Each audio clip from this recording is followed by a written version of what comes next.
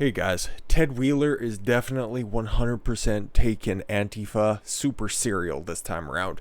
And he means it. Not like those previous half dozen times when he said that Antifa's real bad and the riots are terrible and we need to do something about this.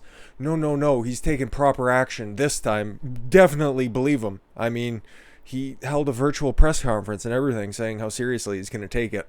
He's stepping up his enforcement, but it's not going to do anything. Fucking Portland's lost, and it sucks because I said it before and I'll say it again. It looks like a beautiful city, and it's just overrun with commies. Oh well, you hate to see it. Portland Mayor Ted Wheeler declares war on Antifa, but I thought war's bad, okay? Tells public to identify militants.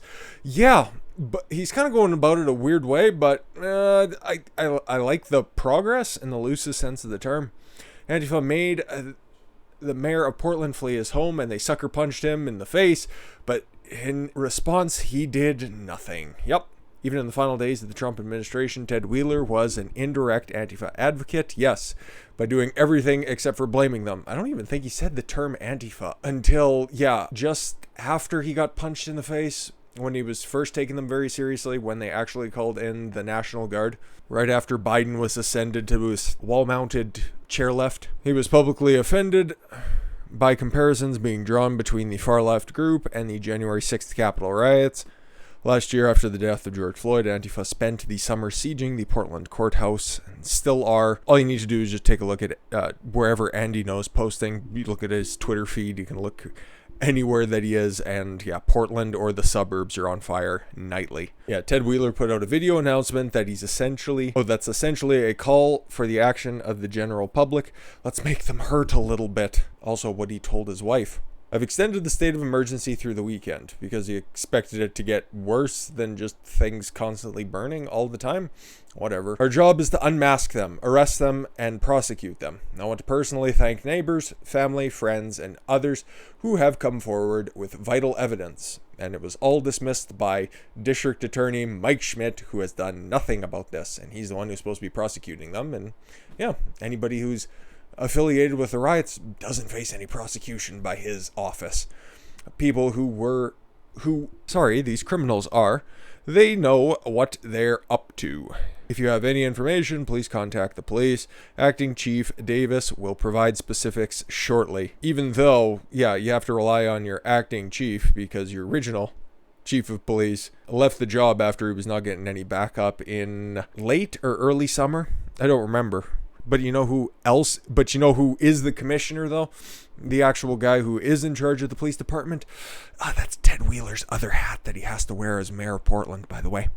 I also want you to know that these people often arrive in so-called direct action in cars, and they are all dressed in all black. If you see this, call the police.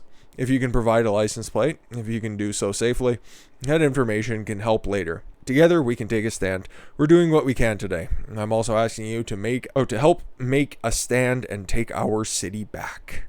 Last week alone, Antifa burned a Apple store to the ground. Most recently, during the riots, a state of emergency was declared. One of Antifa's people got physical with police officers. Yeah, that tends to happen.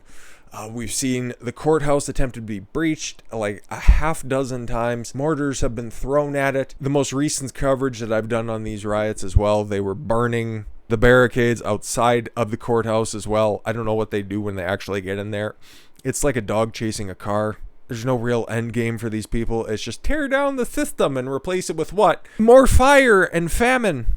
So some smooth brains out there saying, "Oh my God, if anybody's dressed in all black, you should be reporting them to police, and that's vital against our free speech." No, if you see a bunch of fat rainbow-haired women being helped out of panel vans by slight soy-filled balding betas, that's what you should be reporting. The people who have been besieging the city, the suburbs, and the adjacent communities for the past, 11 months at this point, that's what you should be reporting.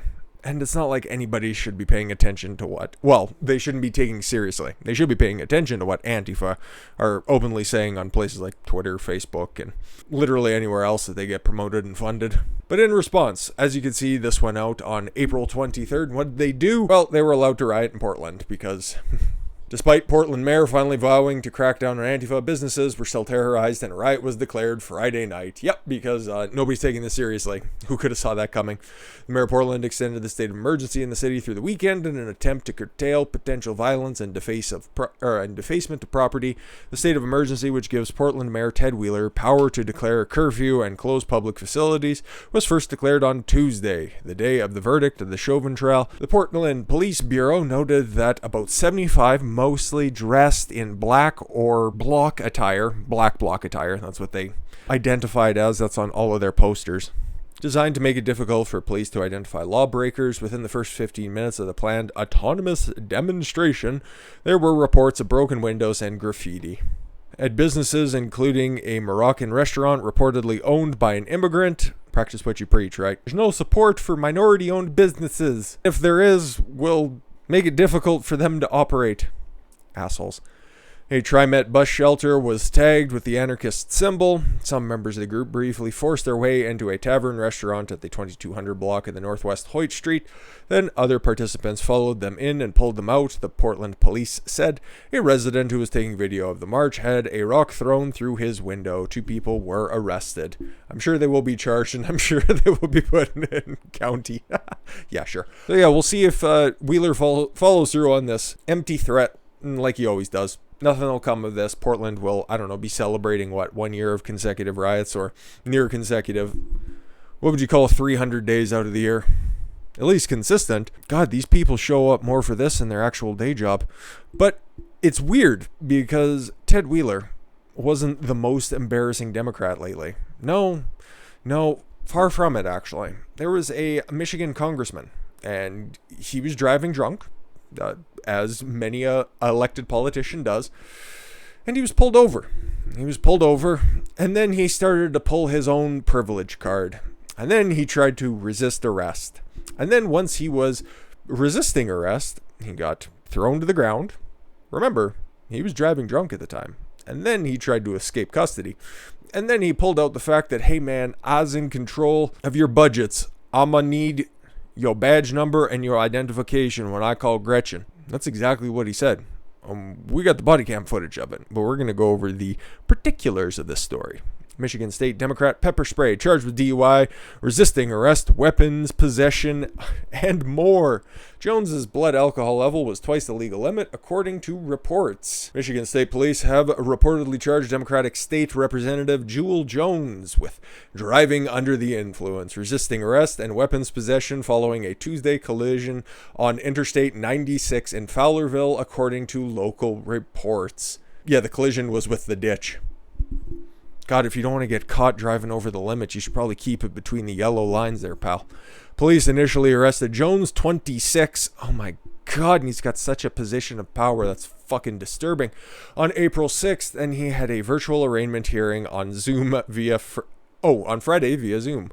According to Fox 2 Detroit, the defendant's dangerous driving spanned from Southfield to Fowlerville, Michigan, where eventually his car was located in a ditch off I-96. Livingston County Prosecutor Carolyn Henry said during the hearing, he will not serve a goddamn day for any of this. I will bet money on it.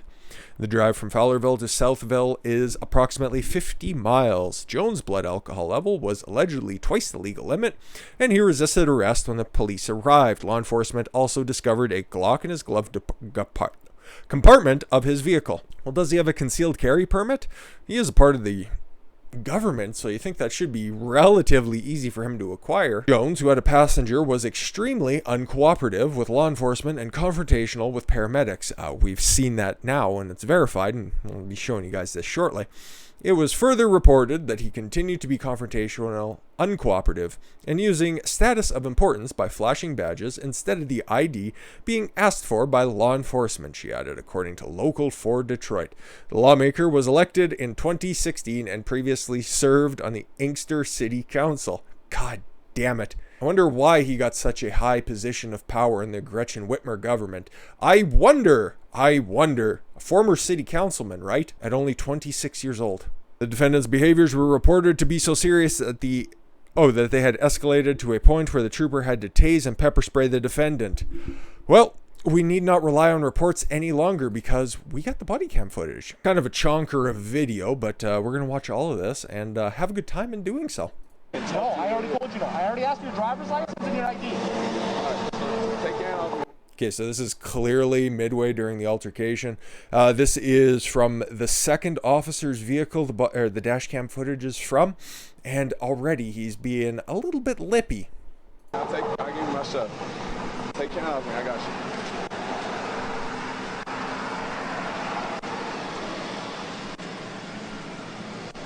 You gotta make sure they don't pull off before I pull off, right? You're not going anywhere right now. You're gonna take me with them though, right?